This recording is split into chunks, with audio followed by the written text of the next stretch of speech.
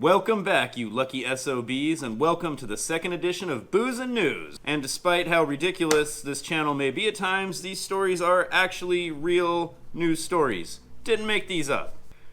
We're gonna get started with that. First up, we have sports news. Sports news! A handful of Kansas City killjoys are upset over the booze-fueled Superbowl parade that took place on February 15th. While many were happy to see the Super Bowl champs having a good time, some others called the Boozey event an embarrassment. It is reported that Patrick Mahomes almost fell off the top deck of the bus, Travis Kelce was downing shots, and rookie Jalen Watson needed to be taken home in a wheelchair because he drank too much. Nice. In a series of letters to the Kansas City Star, a few supporters did not hold back their criticism. If the Chiefs cannot go a few hours without alcohol, the organization has a problem, Janet Who Gives a Shit wrote. I, for one, was sickened to see this for the second time. Some Chiefs even bragged through social media about how drunk they were afterward.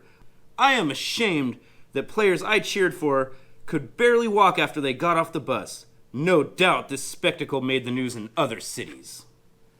In another letter, Skip Nobody Cares says, I felt that way 3 years ago, and I thought there would have been enough negative feedback from the parents of children and teenagers voicing their concerns to the Chiefs administration that it wouldn't be repeated, he said. A third letter focused on the Arrowhead Chop, criticized by some as drawing on offensive and racist stereotypes. The Chiefs should be making every effort to protect its awesome brand by getting rid of the chop, it read. Instead, all appearances Wednesday were that they are still actively encouraging it. Alright, I'm guessing the first two complaining about the booze, I'm assuming you guys are married to each other. If you're not, and somehow other people were unlucky enough to marry you, those people hate you because you are the least fun people in your city and possibly the state. The third person offended by the chop, yeah, here, let me give you some advice. Go get a fucking hobby. Go out, do some bird watching. Knit something.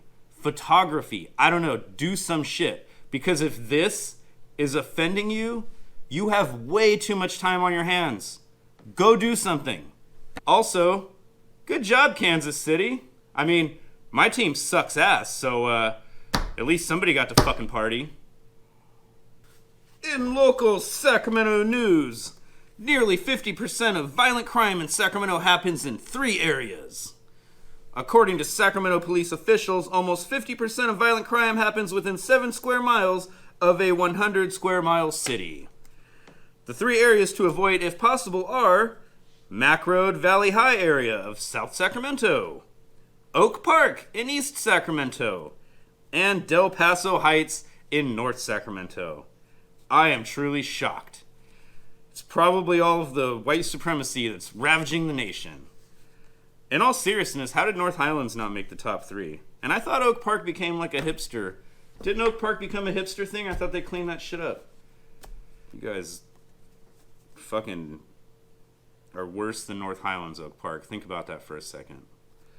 In national news, some words are being scrubbed from Roald Dahl's famed children's books by so-called sensitivity experts. Some of the books being censored are Matilda, Charlie and the Chocolate Factory, and James and the Giant Peach. Fat, ugly, crazy, and even female are some of the words being controversially removed or altered, which quickly sparked outrage and caused many to accuse Puffin Books of censorship. Yeah, that's because it is. What are you guys doing? You're taking the work that someone did, an artist, author, whatever you want to call them, and you're fucking changing it. That is 100% censorship. Here's an idea. Puffin Books, you could do one of two things. You could either just tell people that are complaining about these books, by the way, seriously, Matilda, Charlie and Chocolate Factory, James and the Giant Peach, like, that's what you guys are worried about? How much time do you fucking people have on your hands? All right, so, Puffin Books. What you can do is you can simply tell the people that are complaining about the books to not buy the books. It's that simple. I don't buy shit that I don't like. And if you don't want to go that route, you can just not sell the books. But taking someone's work and changing it, fuck you. More national news. Death of Clinton aide tied to Jeffrey Epstein ruled suicide despite no gun at scene. The mysterious death of an aide to President Bill Clinton with ties to Jeffrey Epstein has been officially ruled a suicide, despite there being no sign of a weapon near the body. Mark Middleton, 59, who served in the Clinton White House in the 1990s, was found dead on Heifer Ranch in Perryville, Arkansas on May 2nd, 2022, the Daily Mail reported. Almost 1 year after Middleton's death, a police report obtained by the outlet this week revealed that the Little Rock businessman was discovered with a gunshot wound to the chest and an extension cord tying his neck to a tree. I could see the male was obviously deceased, Deputy Jeremy Lawson of the Perry County Sheriff's Department wrote of his arrival at the grisly scene. Notably, Lawson's account includes that while officers located a gun case and 3 boxes of buckshot in Middleton's BMW SUV, there was no weapon in sight. Middleton notably signed late pedophile Epstein into the White House 7 of the 17 times he visited the residence, the Daily Mail said. He was also reported to have flown on Epstein's infamous Lolita Express jet. How the fuck is this a suicide? The dude died from a gunshot wound, but there's no gun around. What is he, like a fucking ice sculptor? And he just made an ice gun with some ice bullets, shot himself, it melted, and they're just like, oh yeah, like it was totally a suicide. How is this a suicide? I would love to hear someone explain how they think this is a suicide, that a man died of a gunshot wound and there's no gun around. Alright, so here's some fun homework. Search for deaths surrounding the Clintons. You can literally just put deaths surrounding Clintons or Clinton body count. There's documentaries, there's all kinds of articles, but it's very interesting that I think around 50 people have died that all know Bill Clinton and had very close ties to him. It's very strange. Also, in other news, I am not suicidal. So if I somehow end up dead, I did not suicide myself, someone else suicided me. In a follow-up story, residents of East Palestine are experiencing shock illnesses after train derailment and chemical spill. Some residents have reported losing their sense of smell and taste, eye infections, respiratory issues, sore throats, chest pains, rashes, and sores. Locals are frustrated and furious over what they say has been a lack of real information and help from both local officials and the Biden administration. Last week, East Palestine Mayor Trent Conaway ripped President Biden for heading to Ukraine for a surprise visit instead of the scene of the toxic train derailment, calling it the biggest slap in the face. Evacuation orders were lifted on February 8th, but many locals say they got unexplained rashes and sore throats when they returned home. The creeks that dot the town still ripple with the telltale rainbow color of contamination if you throw a rock in them.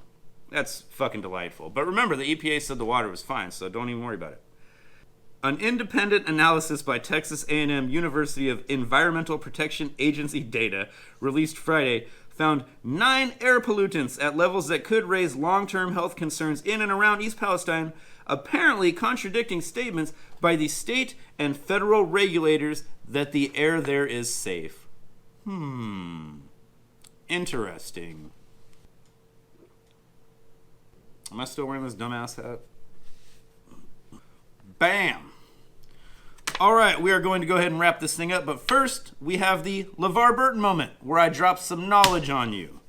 Now, today's LeVar Burton moment is the age-old question of who is the greatest NBA player of all time? Michael Jordan or LeBron James? So I'm just going to give you a minute to think about that for a second, your thoughts on that, and